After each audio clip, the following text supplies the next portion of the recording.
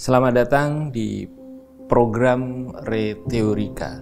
Jadi Reteorika adalah sebuah retorika tentang teori, atau kita bisa sebut juga Reteorika,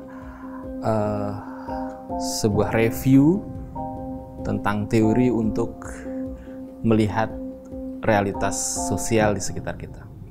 Dan untuk Reteorika pada kesempatan perdana ini, kita akan membahas satu teori yang cukup populer mungkin ya di antara kita, yaitu teori hegemoni.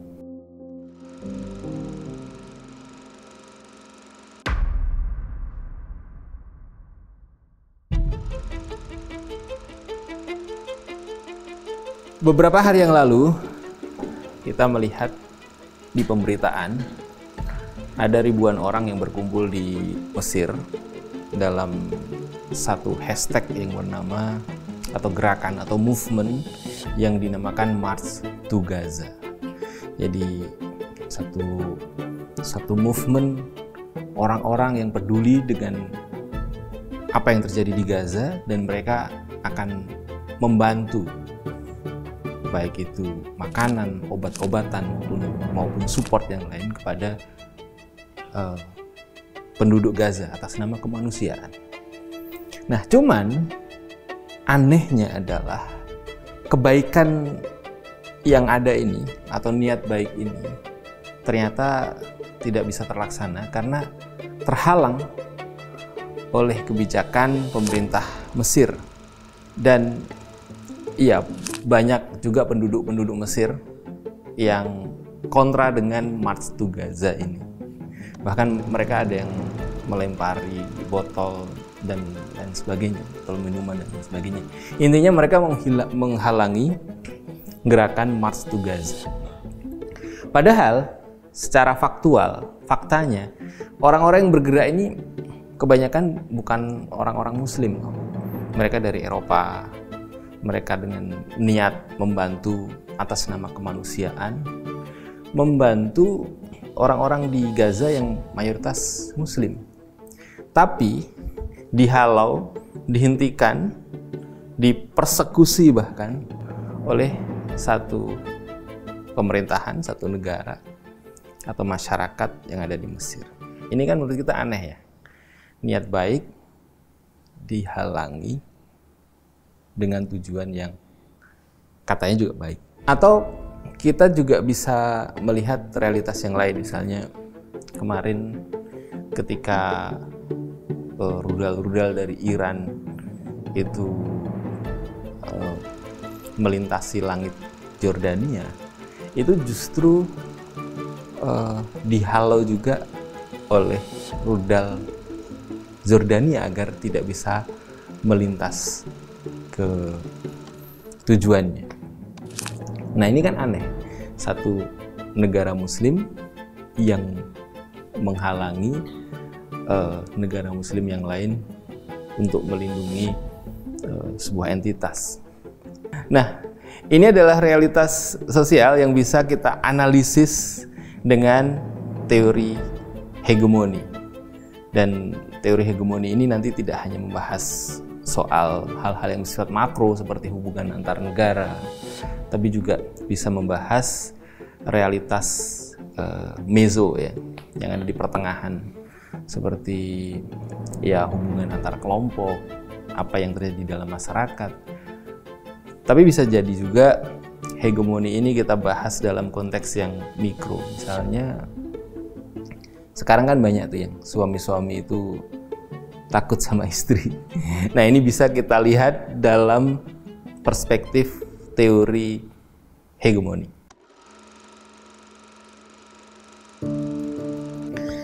Nah, sebelum membahas lebih jauh tentang teori hegemoni, saya ingin menjelaskan tentang sejarah teori ini ya. Jadi, hegemoni ini berasal dari bahasa Yunani sebenarnya. Hegemonia, yang artinya adalah kekuasaan atau dominasi. Nah, teori ini dicetuskan oleh salah satu sosiolog Itali yang bernama Antonio Gramsci. Ini dia tulis banyak di penjara pada saat rezim fasis ya, Benito Mussolini. Jadi menurut Antonio Gramsci ini ada satu anomali di masyarakat Italia pada saat itu, di mana ada kezaliman yang luar biasa, ada tekanan yang luar biasa dari rezim pada saat itu, rezim fasis Benito Mussolini. Tapi kok rakyat ini senantiasa tenang-tenang aja sih, kayaknya fine-fine aja. Mereka melihat itu sebagai hal-hal yang biasa aja. Bahkan mereka bisa menikmati kezaliman itu ya, atau kerusakan itu, atau fasisme itu, sehingga nggak ada yang berani protes tuh. Kalaupun ada yang berani, ya letupan-letupan kecil saja yang kemudian hilang. Nah, ini yang kemudian mencetuskan teori hegemoni. Nah, dalam penjelasan yang lebih sederhana, hegemoni ini sebenarnya adalah dominasi satu pihak kepada pihak yang lain. Jadi ada pihak yang dominan, ini kemudian memberikan pengaruh atau memberikan tekanan kepentingan kepada pihak yang didominasi.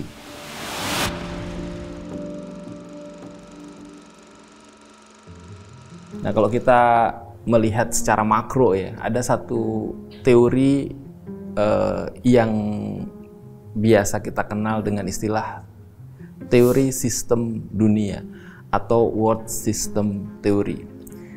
Ini adalah teori yang dicetuskan oleh Immanuel Wallerstein. Jadi Immanuel Wallerstein ini adalah salah satu sosiolog yang mengamati realitas yang ada di dunia, konstelasi antar negara hari ini, dan kemudian mencetuskan satu teori yang bernama world system theory. Nah, Wallerstein itu menggambarkan bahwa dunia ini sebenarnya terdiri dari 3 klaster. Jadi kalau kita bicara dunia dengan negara-negara yang ada di dalamnya, itu ada 3 klaster. Klaster pertama namanya core. Nah, ini klaster inti atau klaster utama. Di sana isinya adalah negara-negara maju, negara-negara yang punya pengaruh besar di dunia. Di tengahnya itu ada namanya satelit, atau dalam istilah lain dikenal juga dengan semi-periferi. Nah, ini adalah negara-negara yang mendukung negara-negara core dalam proses kepentingannya. Nah, yang paling bawah ini ada satu klaster yang namanya periferi. Nah, kalau dalam konteks ini itu adalah negara-negara dunia ketiga atau underdeveloped country. Ya, kalau tadi the first country, negara pertama, developed country ya, negara-negara yang maju yang sudah mereka bisa membangun. Nah, yang paling bawah yang periferi ini adalah negara-negara dunia ketiga. Nah, Wallerstein menyebutkan bahwa core negara-negara maju, negara-negara utama ini itu mendominasi negara-negara berkembang atau negara-negara periferi.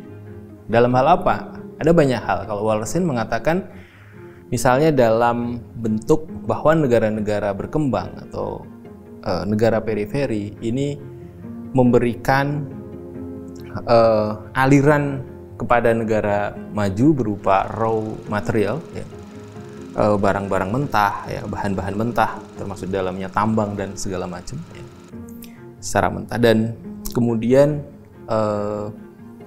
tenaga kerja murah.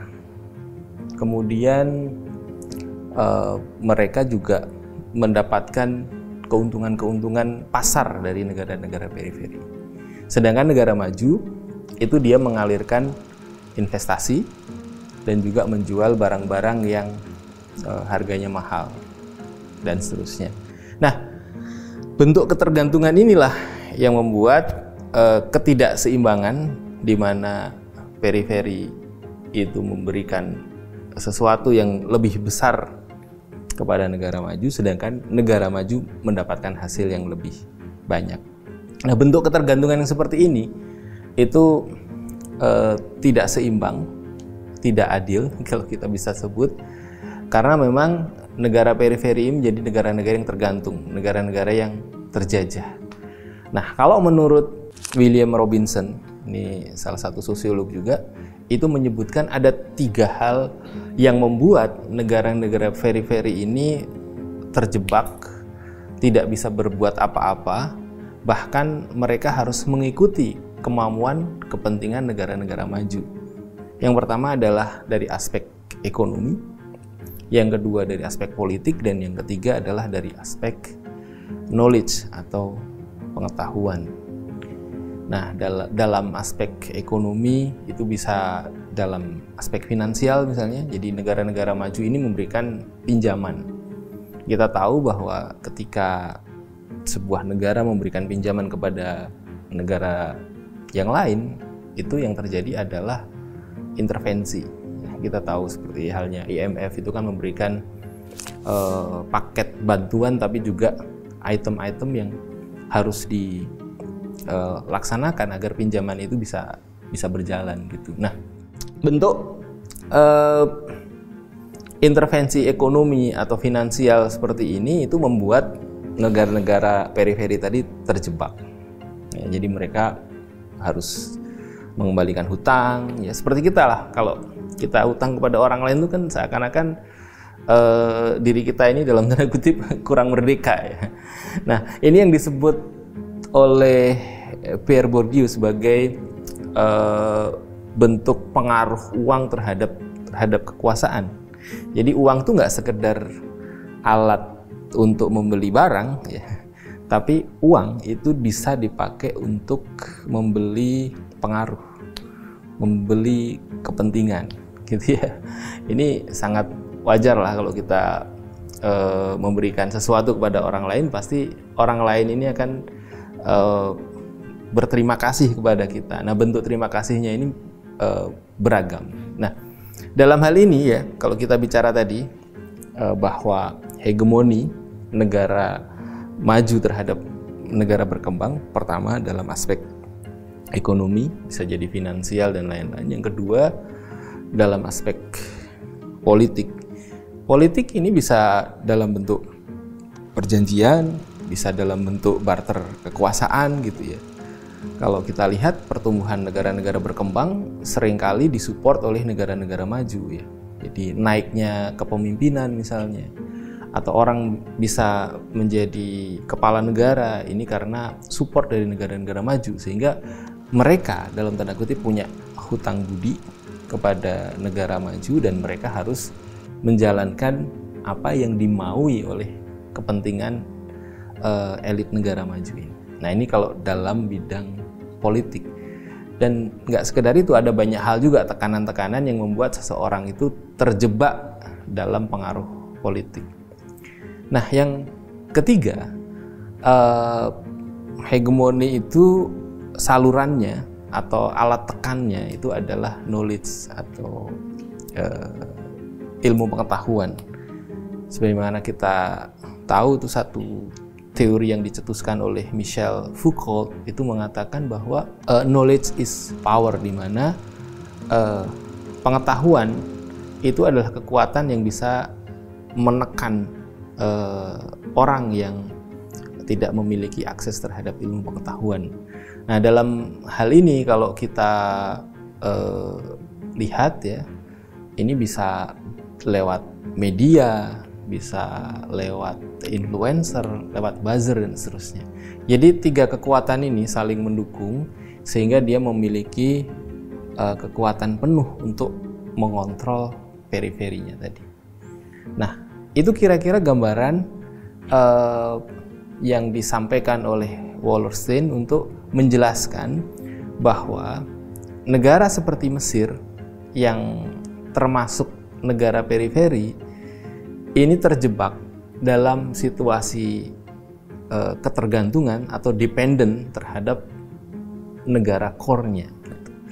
Sehingga apa yang dilakukan Mesir itu bisa jadi menurut Wallerstein, atau bukan bisa jadi lagi menurut Wallerstein, ini secara sistemik itu sudah menjadi bagian yang akan dilakukan, ya. Kenapa? Karena negara core-nya ini memang punya kepentingan terhadap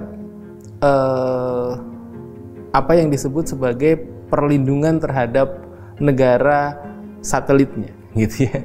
Ya kalau dalam hal ini konflik Gaza berarti kita bisa sebut ya negara Israel, gitu ya. Nah, kepentingan itulah yang kemudian dijaga sehingga mereka melakukan intervensi dari pemerintah core-nya kepada pemerintah periferi, dan pemerintah periferi ini juga bisa menggerakkan orang yang ada di bawahnya dalam pengaruh mereka untuk menekan orang-orang yang ada di Mesir, sehingga march to Gaza itu bisa dihalau, bisa dihilangkan atau digagalkan. Jadi ini adalah satu yang wajar, ya, wajar dalam konteks pemahaman teori sistem dunia, karena sistem dunia hari ini memang begitu. Jadi negara-negara periferi ini memiliki ketergantungan terhadap negara-negara utama, di mana kepentingan negara-negara utama ini akan dijalankan oleh negara-negara periferi. Walaupun kalau kita lihat masyarakatnya atau gerakan rakyatnya itu menghendaki perubahan yang lain atau menghendaki sesuatu yang lain. Tapi karena ini sudah digariskan menjadi bagian yang tidak bisa dilakukan, gitu ya, maka ini tidak bisa dilakukan. Dan akhirnya kemarin kita lihat beritanya, ya March to Gaza tidak berhasil melintas ke Gaza, bahkan aktivis-aktivisnya kemudian dipulangkan. Walaupun ini kemudian juga akan memicu kekuatan-kekuatan sosial yang lain, ya, masyarakat yang nanti akan membuat gerakan-gerakan atau movement-movement yang sama, yang lebih besar lagi.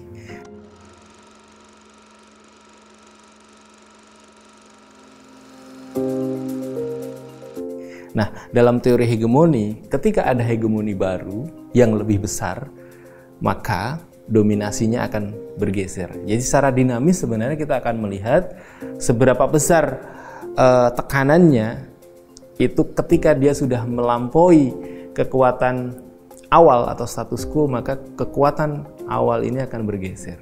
Jadi ini menjadi sesuatu yang menarik buat kita bahas, karena ya hegemoni itu harus dilawan dengan hegemoni, gitu.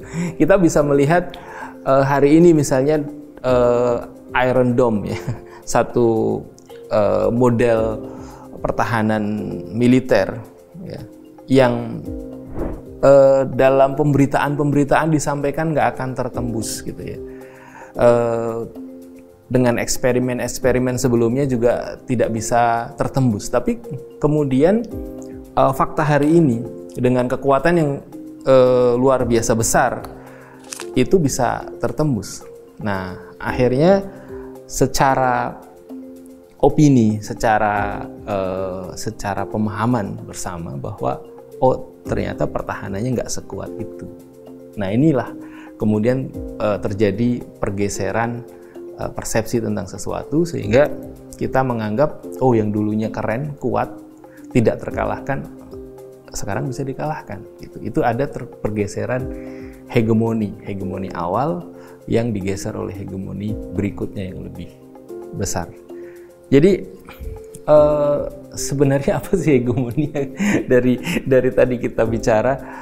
Menurut Gramsci, hegemoni itu adalah sebuah kekuatan dominasi yang tidak mengandalkan kekuatan fisik, dalam hal ini militer, kemudian hal-hal yang sifatnya represif, tapi lebih pada ideologi, lebih pada pemahaman, lebih pada pemaknaan, sehingga orang itu menjadi bisa digerakkan, orang bisa dipengaruhi karena besarnya opini yang ada, dan ini bisa mempengaruhi orang.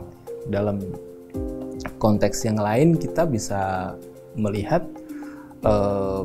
bahwa teori hegemoni ini bisa dipakai untuk menganalisis misalnya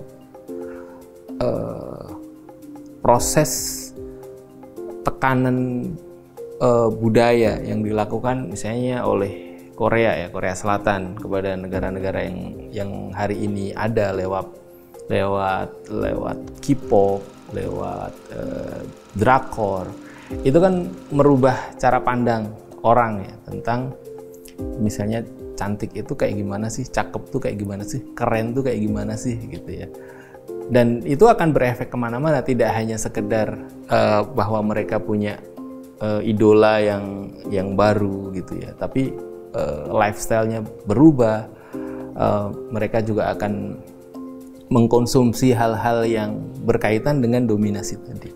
Nah, itu yang disebut sebagai hegemoni. Jadi hegemoni itu adalah tekanan ideologi, pengetahuan yang menggerakkan seseorang untuk melakukan sesuatu, baik itu aktivitas yang bersifat akademik, aktivitas yang bersifat politik, maupun aktivitas yang bersifat ekonomi.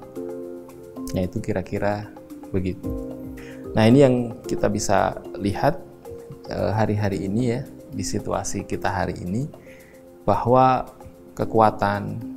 kekuasaan itu tidak hanya penting di aspek yang bersifat fisik, tapi juga tekanan opini, tekanan kesadaran, ya, dalam hal ini tekanan ideologi, itu yang membuat sesuatu yang besar itu menjadi kecil atau hilang, atau sebaliknya, sesuatu yang sebenarnya remeh itu bisa menjadi hal yang luar biasa besar. Oke, itu pembahasan kita tentang teori hegemoni. Kalau ada hal lain yang ingin dibahas ya kaitannya dengan teori tentang konsep, silahkan tulis di komentar.